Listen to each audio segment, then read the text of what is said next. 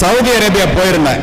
Saudi அரேபியாவுக்கு tourist விசாவே கிடையாது, உங்களுக்கு தெரியும். இந்தியன் கன்சுலேட்ல பேசினேன். ஏர்போர்ட்ல வந்து இறங்கினா எல்லா ஆப்ஸும் க்ளோஸ் ஆயிடும். China, Japan, Saudi Arabia, Dubai எல்லாத்தையும் நீங்க பார்க்க முடியாது எல்லா இடத்துலயும். ஆனா இந்தியாவில் வந்து இறங்கினீங்கன்னா எல்லா ஆப்ஸும் ஓப்பன் ஆகும். இது ஏன் சொல்றேன் தெரியுமா?